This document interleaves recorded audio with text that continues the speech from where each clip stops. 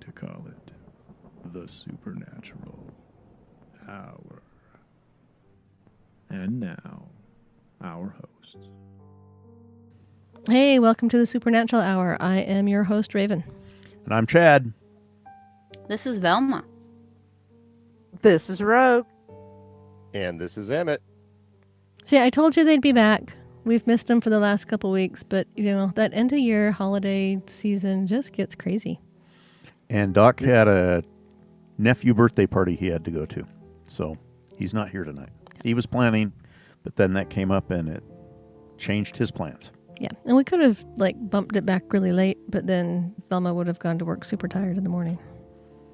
Yeah, a little bit. She does every day anyway. That's true. Well, she lives in Florida where it's not 10 degrees like it was here this morning. True. Ugh. It was Ugh. really cold. How warm is it, Velma?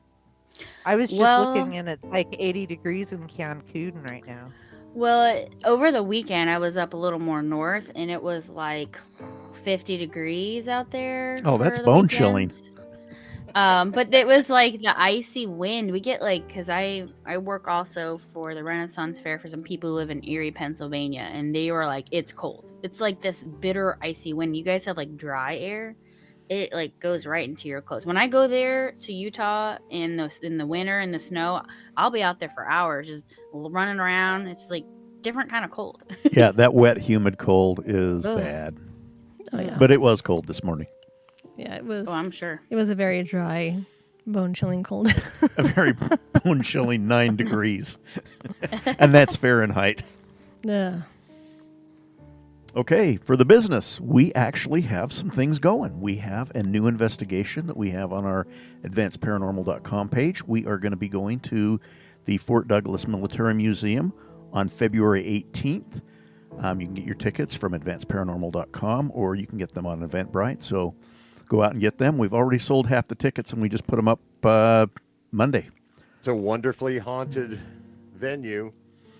Yeah, we're really looking forward to it. It is. We haven't been there for a hot minute. It's been almost 2 years. Yeah, so we're excited to go back. Yeah, Bo does a great job. He's the museum director. He'll be the guy that's, opening it up for us, and he knows an awful lot about things there. We've been there a number of times over the last 10 years, but Well, Emmett and Christy and I actually were there in just the end of September with Fox News to do The 28th. Yep, you're yep. right. to do kind of they did a spooky thing every morning for Halloween, getting ready for and, Halloween. End of September, October, and we were just in the poker room, which if you're not familiar with it, the poker room is a room in the basement of the Fort Douglas Museum that at one time they had war prisoners there, and they played poker. Yeah, from World War II. Mm-hmm. And basically that room, other than a little bit of wiring and some piping for, modern things that they've brought in,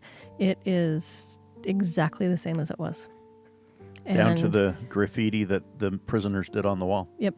And we were there. How long were we there, Emmett?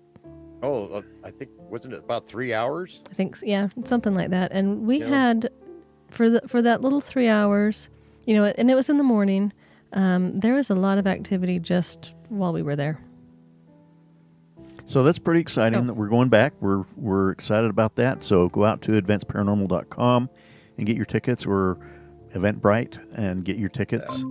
You can find those quickly, and we're only having 30 tickets available, and we've sold 15 already. So at the time of this podcast, it could go pretty quickly. I can't think of anything else from a business standpoint. Can you? No. Okay, our business has been brought to you by Castle Nature Studio and Castle Photo Art. Yep, he actually took a really cool picture of a bald eagle. He put it up on Facebook, if you follow on Facebook at all. It's a beautiful photo. Oh, my gosh. From down at Utah Lake. Mm-hmm. Yep, we get the bald eagles by the lake here in the winter. Yeah, it was very nice. So that's it for the business. So as far as residentials, we had a couple, but some of them, we had two. And then both of them had to reschedule. So we were going to have some residentials to talk about, but we don't. However, It's tough to do that during the holidays. it too. really is. It really is. You know, people have got so many other things scheduled that, you know, that's the last thing they need. So I don't know what is going on with electronics today, but everybody had an issue. And we are zooming in people. Jess. And every once Can you in a hear me? while... I had my mic off. Okay, we're back now. Sorry. I don't know if Mercury's in retrograde or what, but this might be a little weird. I can't keep the Google Meets up. So if you get some weirdness, we'll try to edit out some of the weirdness. Well, I've but- got 2 images of you, Deanne, now, and one is frozen, the other one's live. Yeah, And well, that's the second time that's popped up. I know. A minute ago there was 3 of me. So, you know, whatever. It's cloning me, which is kind of a scary thing. One of me is more than enough. Okay. Where were we? I don't Back to remember. residentials. Oh, you were finishing residentials. up residentials. But Oh, that's right. Yep. we do have one coming up on Wednesday. So we're excited for that one. So we will Is that a return It is a return to one of our favorite people? to Margaret. She is iconic. Margaret. We're going back to Margaret's house. Because of Margaret, we have our typing. She's the cute little Catholic grandma that I scared to death. And told her she had demons. Yeah. Is she still in her same house? Yeah. Yep. Really? So, yeah, she calls us 2, 3, 4 times a year, and we're going to go back and see what's going on. So we're She excited hasn't about that. called for a while. No, it's been a while. Last time we talked, we kind of thought maybe she had moved in with a family member or had made some choices. She was going to make some life changes, and apparently she hasn't, because she's just the same. Still there. Still there. Interesting. Still there. So we will tell you Fabulous. about what happened at Margaret's house. All right. And even though I scared the socks off of her the first time we went, she still loves me and calls me all the time. She even calls me sweetheart. Okay. Aw. I know. So from residentials, now what are we moving into? Let's just jump right into our topic. I'm excited about this. Why are you excited? What are we going to be doing? Coming up in February is our 200th episode For the podcast. for the That's podcast. going to be cool. And so we Wow. decided that for our 200th I can't believe we've done this 200 times. You're not old enough to have done this 200 times. It only Sometimes- seems like 190. Sometimes I feel John, like you I'm are about old 400. enough to have done this 200 times. So we thought we need to do something for our 100th episode. We went live from the family tree. Well, not live. We recorded live with an audience there. That's cool because they're no longer open. I know. So that was fun. You know, we did just kind of a question and answer and Yeah, a brief investigation and, effort. and an investigation. That was fun. So we thought, you know what, for our 200th episode, we need to do something really cool. And so we were going to go to the Queen Mary. And, you know, because we've been saying on some podcasts here and there, ooh, you know, we're going to do something cool for 200, you know, keeping it a secret because it's, you know, so super secret.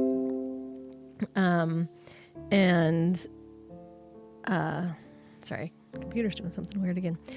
And so we thought, and we've been saying, you know, it's something that we've podcasted about before, throwing out some little teasers because we're so cute. And we went Well, to that go. narrows it down too, huh? Yeah, Yeah, there was a little only bit. like 199 things it could be. Right. So we went to book the Queen Mary, and they're closed for COVID. And haven't reopened yet. And so I was Still. like, well, bummer. So we instead are going to go to Virginia City. So Cool. is it our next podcast that's the 200th? Is this 199? I believe so. I think this is 199, folks. So the next podcast you hear will be us from Virginia City. We are going to be in the Washoe Club all of one night, and then the second night we will be investigating the Silver Queen Hotel. So we thought before we went there and investigated, we would talk about it so that if you're listening and if you're a regular listener, you should be a regular listener because we are fantastic. Humble, That whole too. town is haunted. Oh, my word. The whole entire town is haunted.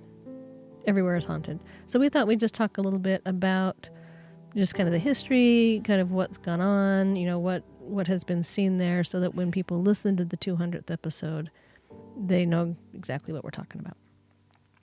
And the next episode, I don't want to spend a lot of time in Virginia City talking about what we're going to do, so I'm just going to tell you today. We'll sit down, we'll do kind of an overview of, the history, because, we might have some new listeners that didn't get a chance to listen to 199. But we will, usually when we podcast, we just sit down and podcast, and Chad has to do a little bit of editing, and then we throw it out. This one, he'll probably have to do a lot of editing, sorry. But we'll just have, everybody who's there, we'll talk about, what we're going to do. We'll do some investigating that, while we're recording. We'll do some investigating, with the recorders off, and then come back and talk about what we've done. If something really cool happens, we'll stop and come record about it. And it's going to be a little different setup than we normally do, but I think it's going to be really fun. I'm super excited. Cool. Okay. So with that, let's get a little background on Virginia City and the area around and what made it famous. Okay, let me just start off by there's also a Virginia City, Montana, which is also haunted. And when you're doing research on Virginia City, Nevada, you have to be careful, because half your notes are suddenly about Montana, and then you got to go back through and figure out which is which. And scritch out the stuff that's wrong. Sounds like someone did that. Yeah, that might have been me. I was like, what do you mean? In this other website, it said this other date. What is this date? What? And I was like, oh.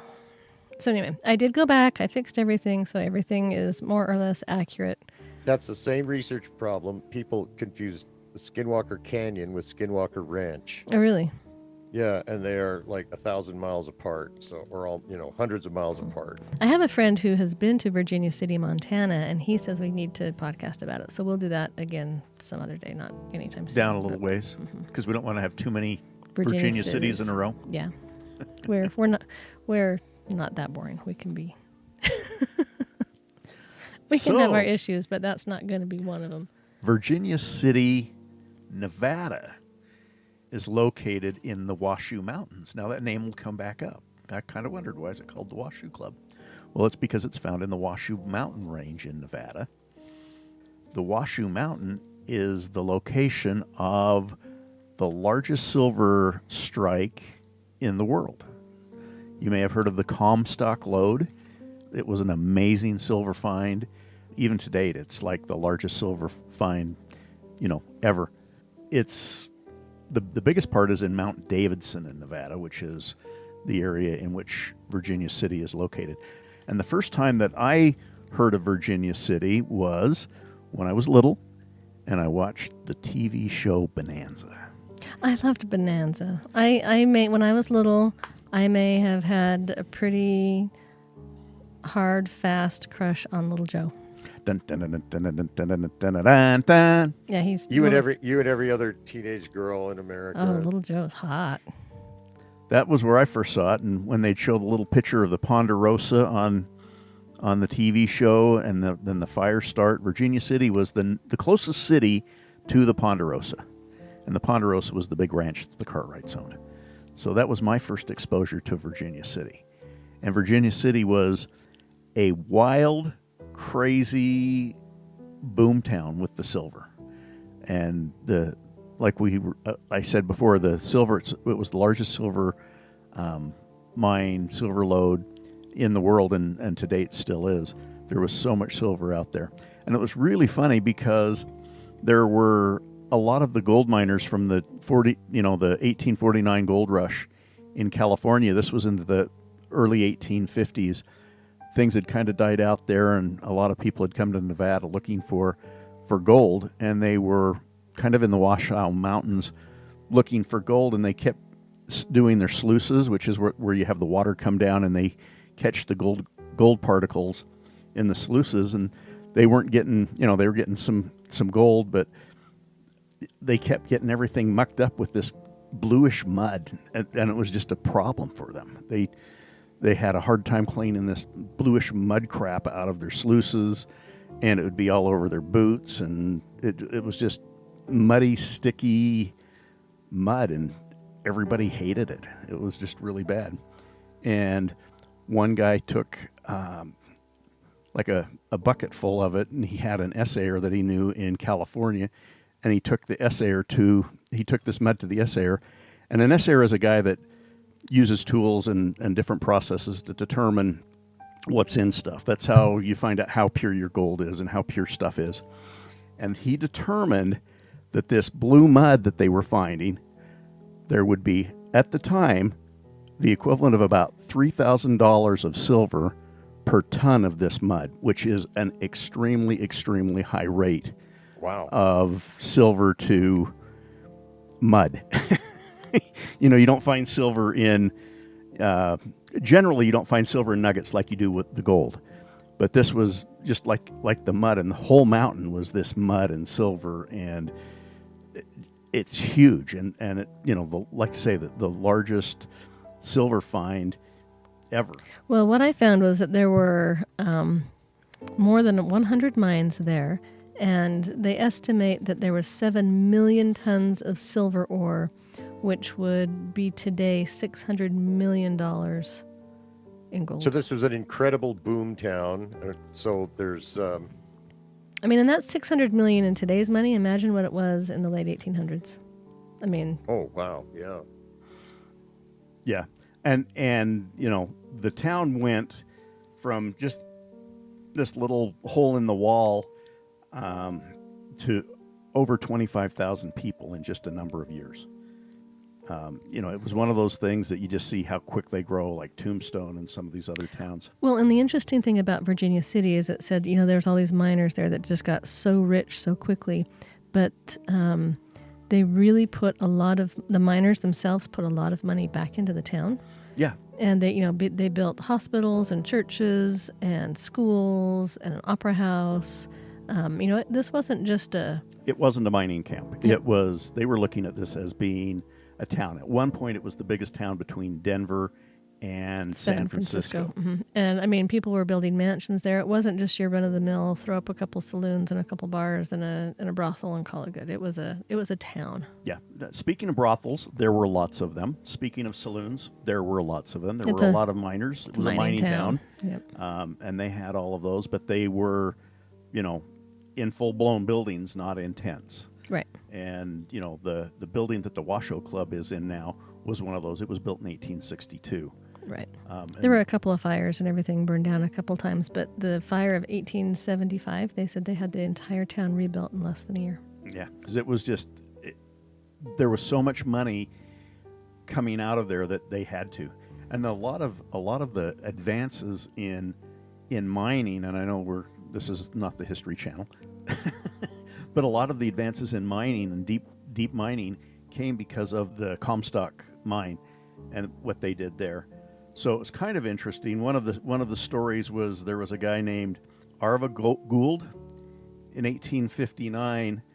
One of these guys that had done the assaying and figured out, you know, what was going on and that this mud was silver. Before all that news got out and back to the area, a guy by the name of George Hurst contacted Ara Gould and bought his claim for $450. And he felt like he had tricked this stupid Californian. And George Hurst became one of the richest men in the world because of the value that came out of that. Not just that Comstock, not just that mine, but that was the genesis for it. He moved to San Francisco, the money and the proceeds, and did a lot of other things from there. His son, William Randolph Hearst, the publisher, that's where he got the money, and the start was from this area from his father. Right. Oh, that's interesting. So one of the things I found interesting was the money that came out of this Comstock lode. Also, it says that San Francisco was in large part built with money from the silver. And also the Union Army in the Civil War was heavily financed with money from this lode. The Comstock lode. Yeah. So very interesting. Just some of the reasons why Virginia City is where it is. You know, it's way up in the mountains, and it's there because of the mining. And all of these great historic buildings are there, you know, that are haunted now that we go through. The town only has about 800 residents now. But it's a kind of a touristy town. They've got a lot of, everything's haunted. There's lots of haunted places. Oh, There's think of the hundreds of thousands of residents, decade after decade after decade, and Oh, yeah. and the the just the violence and just the the rowdiness of a frontier mining town like that. It's bound to be haunted. Oh, yeah, Every street. I've got 3 pages of Stories? haunted stuff we're going to talk about. cool. Yeah, Virginia City was named by a drunk guy after, he came from Virginia and he named it. They did say that they did find some silver veins that were nearly pure silver that were like 3 feet wide and yards long, and the whole area is like a half a mile wide, the Comstock lode, and over 7 miles long. Wow. And there's, just so much silver there. It's just, it was just amazing. And it has been pretty much tapped out. They went really, really deep. I think they got 3,000 feet deep. yeah. They actually ran elevators. Mm-hmm. They had to make a special train to get up to get the stuff. There was all sorts of things that were done to make that happen. So they pretty much just pushed the technology of the day right to its limit.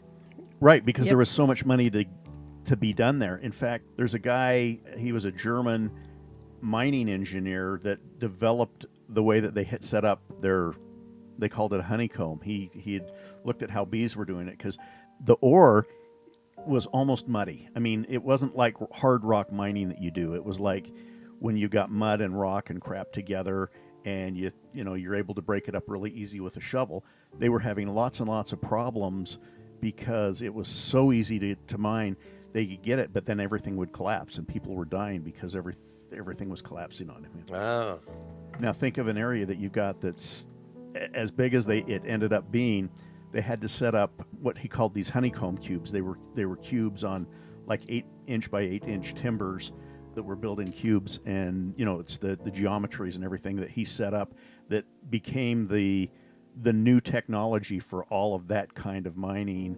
They've moved from wood to steel and things over time, but that basic concept of how they set those up so that they could continue their mining and get to And the it area wouldn't where they were, collapse on and it them. wouldn't collapse on Yeah. them. Well, and then the interesting thing is there was 4 that they called the Big Bonanza, Mhm. the 4 Irishmen, and one of them was John Mackey. Mackie. It looks like McKay, but I think it's actually pronounced Mackey.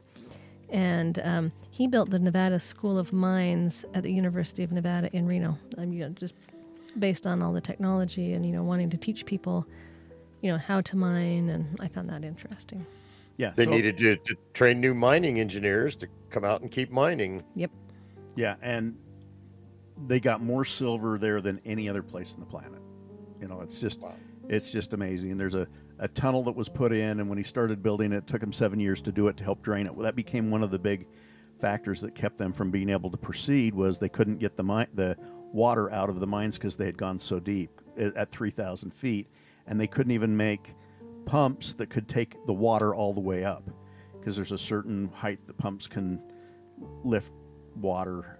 It's Right. kind of interesting. But the guy Yeah. got there late with the tunnel, but he got there late enough that they were well below where the tunnel came in that was supposed to drain it, but it was low enough down that they could pump the water from the bottom of the mine up to the tunnel that he did to make for the drain so that they could get it out. So it was somewhat successful as far as getting it out, but it wasn't, he was thinking he would be there a lot sooner, and he wasn't. So some really interesting history around Virginia City and everything else. Then what happened is they built this, literally the Millionaires Club at the building that the Washoe Club is now. And the Millionaires Club had all of these very, very wealthy people, and they'd come into town.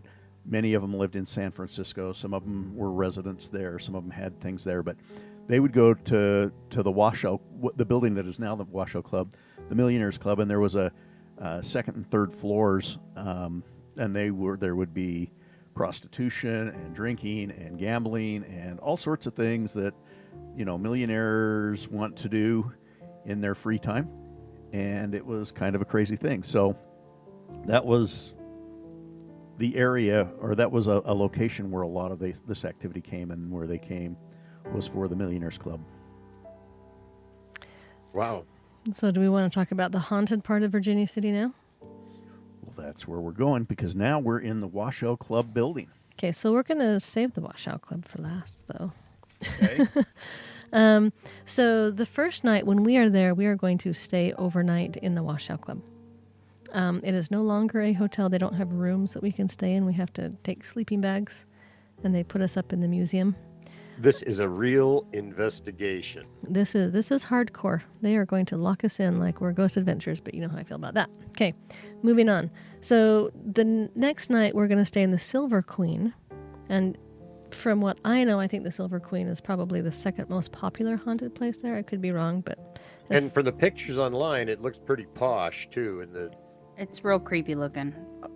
it is. It looks. I mean, other than it got burned down and rebuilt in the late 1800s, it looks pretty original to me. So I'm interested Yeah. to see exactly how old it is. So, in the Silver Queen, it's known for a apparition who is a prostitute. Her name is Rosie.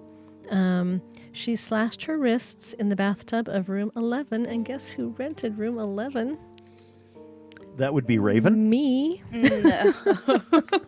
I'm going to be in that room.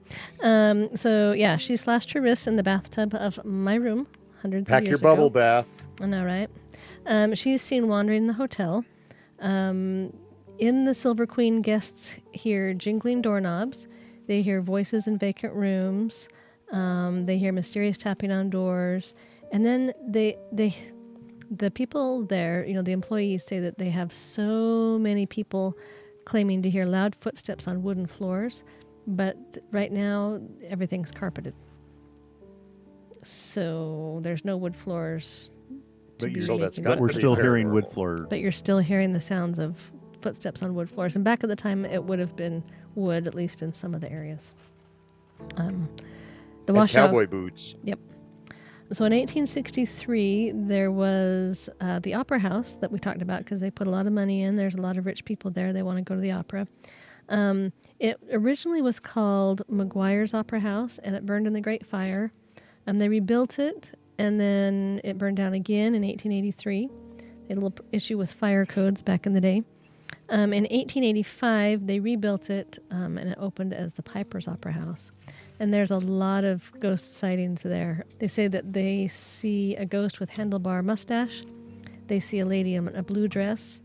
And they said they have just sighted several different apparitions in the balcony area. And we have talked a little bit about why there are so many spirits in theaters.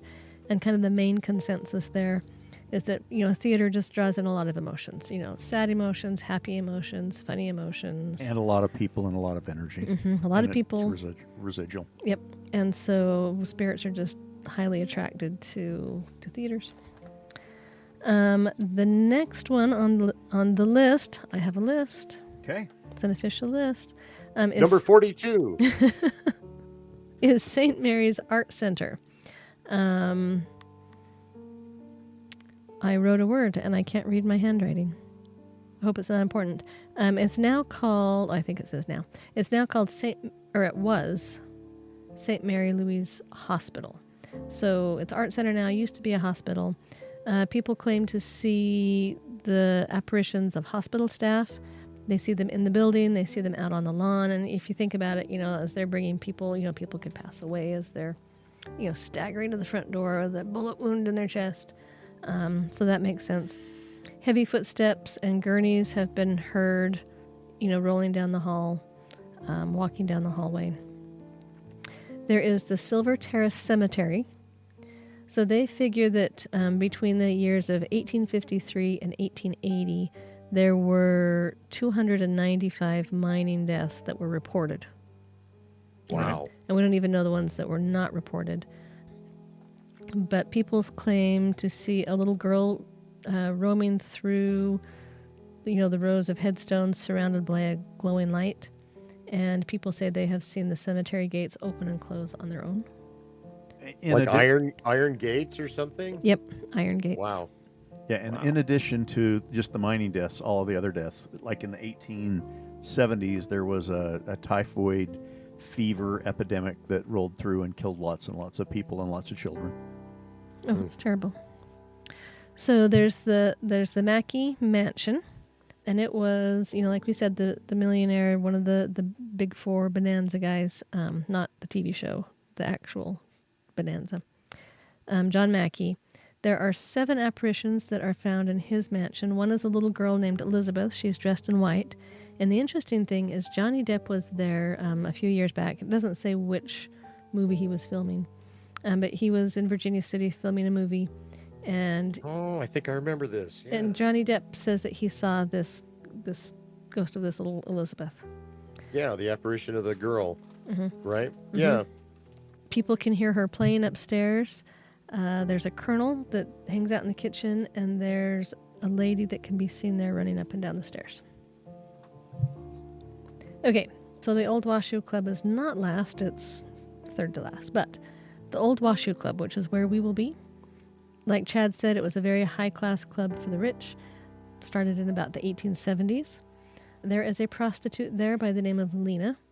She was murdered in a third-floor bedroom, and she can be seen on the spiral staircase. Wow. Now, talk about the spiral staircase a little bit. Do you know anything about that? No, there's a spiral staircase there. Okay. That's the extent of my knowledge. It is a freestanding spiral staircase, and from an architectural standpoint, there's only 2 of them like this anywhere. Oh, wow. It is no longer available to be used. It's blocked off because it's 150 years old and it could fall down on them. It's not architecturally sound, and so it's blocked off. We won't be able to go to it. We can see it, and we can see where it goes, and it's I blocked up have at the been top. told that we will have access to it. We can go to it. We're not going to be able to go up and down it, probably. Is there another way to access the upper level? Yeah, or- there's some regular Yeah. staircases. Oh, okay, cool. We're good. This Yeah. was the staircase that the ladies of the evening would access to be able to get up to the rich gentleman on the 3rd floor. Yes. Yeah, apparently there was like 2 entrances that were secret, one for the ladies of the night and one for to get the drunk guys out secretly.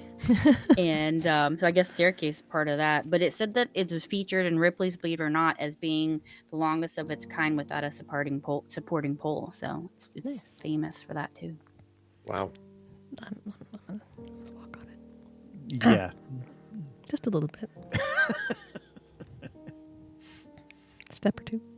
A little toe. See, I can put my toe on it. I can see Raven stepping on it and the whole thing coming down. Oh my god. Be I'm like, it running was away. Lena. It was Lena. Mhm. And 6 cameras on her at the same time. Okay, so back to Lena. So apparently, the apparition of her killer can also be seen, and he committed suicide on the 2nd floor. There's also a 13-year-old girl in a 2nd floor bedroom, and she was murdered in the basement. So there's a lot of killing going on in this building. Do you have the story of Scotty up on the 3rd floor? No, I have Lena. Okay, Scotty was the father of a young boy that had died in a mine accident. He apparently went into a mine and was killed.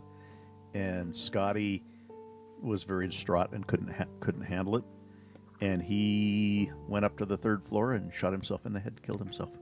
Oh, So there's that story. And that one is one of those that yeah, lots of death going on in this building. There's the Story County Courthouse, and there's a story about a fellow named Peter Larkin. He was accused of murder, and I don't know how his relationship with his girlfriend was, but his girlfriend, Nellie, gave some testimony that resulted in his hanging. So I don't know if she was just pissed off at him, and I would like to know more about the story. I don't know if she just innocently gave some information and off he went hanging, or if she was like, I'm gonna pay back. payback's a bitch, dude. So I don't know. But That'll anyway, teach you to not put your underwear in the hamper. Anyway, Nellie got her boyfriend hanged, and people say that they can hear his cries in the courthouse.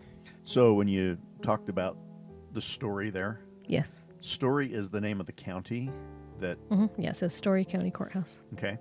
He is also found in the cemetery. There's a big headstone and thing for Peter Larkin or the Story, the guy that Mr. Story? yeah, Oh, cool.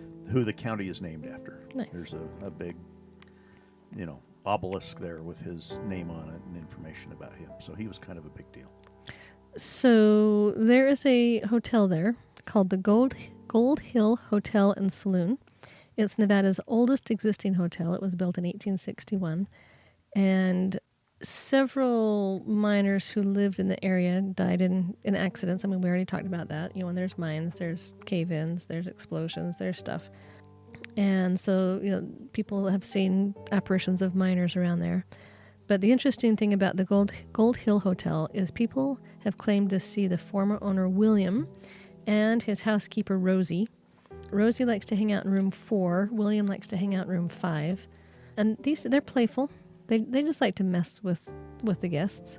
Rosie likes to turn lights off and on, and she likes to move stuff to mess with the guests. And William likes to mess with guests by doing things like locking them out of their room. So William was the owner and Rosie was his housekeeper? Yes. Oh, does the ghost of Rosie ever tidy up the other rooms? You know, I don't know, but you would think. Be like, hey, Rosie, come make my bed. And then she'll just hide your stuff. I don't know. Yep. Oh, well. Yeah, so those are some of the ghost stories. Oh. I do know that the first time I watched Ghost Adventures, I watched the episode at the Washoe Club. And I think that's the episode. I don't know if that's the episode that made them big or if That was their first episode. Was that their first episode? Yeah, and Yeah, that was in 2004. But that is an episode where they caught a full body apparition walking across the room. And I thought that was the most fascinating thing I'd ever seen. That was before they were actually Ghost Adventures as a series. That, from what I had heard on one of the YouTube channels that I was watching, they said that they'd done that as an investigation, and the word got out somehow that this footage that you were just talking about, that they had caught this at the Washoe Club, and then they were approached by Discovery Channel or A&E or whoever it is that they were done by to do a series with Ghost, the Ghost Adventure series. Yeah. And it's, if I remember right, it's been a hot minute since I've seen that. It's been almost 20 years ago if it was 2004. I remember they showed the footage, and I don't think, you watch a video, because I have people send me videos all the time. Is this a ghost? Is this a ghost? And so you're watching, and you usually have to watch it a couple times. This one was just very obvious. And I remember seeing it before they really talked about it. I'm like, oh my gosh, there it is. And then they're like, and they ran it 2 or 3 times, and they're like, oh, if you look here, you're going to see this and this. I'm like, I totally saw it before you told me where to look for it. It was kind of cool. Wow. So if you haven't seen that episode, go watch that episode. That's some really, really neat footage. Yeah. So in the Washoe Club, on the main floor, is the saloon, and I don't think we're going to have access to the saloon itself after close, because the other guy that I watched who did an overnight at the Washoe Club wasn't access the saloon. I get that. That's their place of business and everything else. But the saloon is the oldest saloon in Virginia City.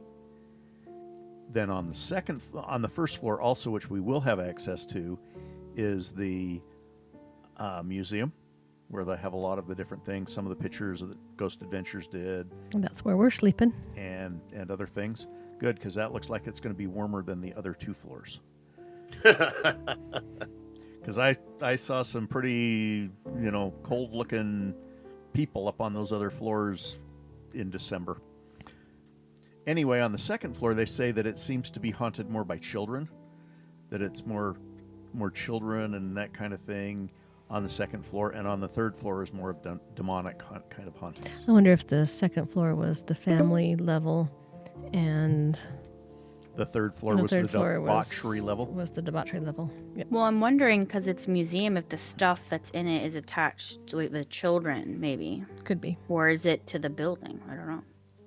In the actual saloon part, apparently there's a prospector ghost that the bartenders will leave a glass of alcohol out for them, because otherwise they will smash them and stuff. So they leave them their own glass, and every night, and in the morning it's empty. Oh, interesting. Evaporation. We should check on it and be like, hey, can you show us where you put the glass, and we'll see it in the morning. Measure it. Yeah, one of the other areas of the Washoe Club is the crypt. Have you heard about the crypt? Yes, and I think we get access to this as well. Yeah, I think Is we- that where like boards were thrown at the guys? I think so. Something Actual about they pol- put bodies in there during winter. Or something? Poltergeist. Yeah. Yeah. the with the crypt during the winter in Virginia City, it gets so cold you can't dig up the ground for burials, and so they would literally wrap people who had died up in burlap and store them in kind of this root cellar that was down in the basement, and it went up all 3 levels. It's kind of one of those things where it went all the way from the basement up. But in the crypt, they did that. And in 1870, when there was this typhoid fever epidemic that came through, there was over 70 bodies being stored in the what they call the crypt now. You can call it the morgue. Wow. It was the root cellar. I mean, this is where they kept the beer cold and the cheese and And all the of the dead things people. and the dead people. Fresh as a daisy. Yeah, and then Wow. when spring would come, they would do that. But they said it wasn't an unusual sight to see, somebody bring in a burlap wrapped body, bring it into the washout club and put it down in what they now call the crypt, the cold storage area, waiting for spring to come. So there's a lot of energy around that area also. Wow, I wonder if they accidentally ever buried a giant wheel of cheese thinking it was a body. Or worse, pull out a body thinking it's a giant wheel of cheese. Oh, And can you cheese. imagine? That's just nasty. Okay, I can't. No. moving thank you. on. Anyway, so I think it's going to be a fascinating investigation, and I'm super excited. So make sure you tune in for Our next our next episode. episode because Good luck on that editing, Chad. We will be there. When you're doing the investigation the second night at the hotel, is that going to be like a bonus episode, or is that going to be a part of it? It may be a follow-up. We'll have to determine how much content we have. Yeah. We may need to make that. See how active it ends up being. I mean, if it's super active, we can talk about it. Yeah. I mean, and it might be we'll come home and record about it Yeah, afterwards. Yeah. anyway. So It'll be Just fun. a thought. Jess, do you have a stone for us today? Well, I was kind of looking a little bit. It's not too in depth, but I have my my ring that I got when I was in Maine. It's green tourmaline, and usually they have watermelon tourmaline. Tourmaline's the main stone for Maine, and so a little bit about it is that it is stimulates happiness and joy for life. We could all use a little bit of that. Absolutely. So it connects you to earth because of the green color and resonates with your higher heart chakra, which strongly promotes compassion and particularly towards yourself. So I was like, wow, this is all the things that I am in need of. So I thought just like a little in general, it's pretty little green. I wanted the watermelon tourmaline ring, but those are expensive. So I was yeah, like, they all are. right, green for me, but apparently it's what I need in my life. So Are the effects similar? Do it matter the color? I don't know. I could look into that watermelon please tourmaline do. compared. Because I wear Yeah. black tourmaline myself. Oh yeah, and they say like the green tourmaline kind of goes with the pink tourmaline as a yin and yang kind of a thing, or something like that, Oh, or I the get it. masculine and feminine is what it's. I get it. Oh, nice. So Well, thank Yes. you. I'll have to look into that. you're welcome. Emmett, do you have some advice for us along Well, the I'm just telling you, technology? I've been giving a lot of thought to Skinwalker Ranch lately and thinking about some of the things that have happened since. So just tell everybody to look forward maybe to us talking about my experience on Skinwalker Ranch in a coming episode. Oh, there's no maybe about that. Maybe. No. We will definitely get that in. So look forward to that. Okay, so I have a junk drawer for you. And the junk drawer is brought to you by Oteo. So we were just there. Still fabulous food. it was fabulous. It's beautiful and it's tasty and it fills you up. So have you ever been sitting someplace and there's a sensation of a spider web on your face? Oh, yeah. Ugh, But yeah. you're not in a place where there's any spider webs? Yeah, a couple of investigations we've been on. They say sometimes you could be just sitting on your couch or in your car or at at your desk or school or work, and it just has that sensation of, walking through a spider web. Well, Yeah. It says that it could be a couple of different things. First, it could be that you've been touched by a spirit, which would be, some people call it clairsentience, but people that are really into the clairs, and clairs are actually on our list of things to talk about in upcoming podcasts. But some people say no, it's actually clairtangency, but just a physical manifestation of, feeling a spirit. Some people say that it could be ectoplasm, and a lot of people make fun of ectoplasm because if you're thinking Ghostbusters and the green goo, but actually... The Slimer is going to get you, and you're going to be slimed. You're going to get slimed. But actually, ectoplasm dates back to the Victorian mediums. So there's that. They say that most of the time it's, invisible or clear, but if a person is charged with the right kind of energy, it can make it turn white and make it not only where you could feel it, but you could also kind of see it. Some people say that, like the veil that separates the earth from the other side, it could be considered a metaphor maybe, or it could be tangible, and maybe some people are just feeling that, and whether it's because of the energy they have, a talent that they have, or just whatever reason in that moment they were able to feel it briefly, maybe it's that. That's how their brain and body perceives it. Mm-hmm. Some people say, that it could be mold, spores, dust in the air, especially if you're ghost hunting and you feel that. Some people say it could be a sudden dilation of capillaries in the skin, which happens when you stand up abruptly, or maybe you come inside after, a heavy wind or cold air. And some said that it could actually just be a spider web because they can be pretty thin and you just can't see them all the time. So, there you go. Interesting. Alrighty. Well, I think that's an episode. All right. Hey, have a good night. Stay spooky, my haunty friends. Bye. See you next time. You've been listening to the Supernatural Hour at AdvancedParanormal.com. The Supernatural Hour is part of the Radio Ronin network found at RadioRonin.com. Copyright by Advanced Paranormal Services.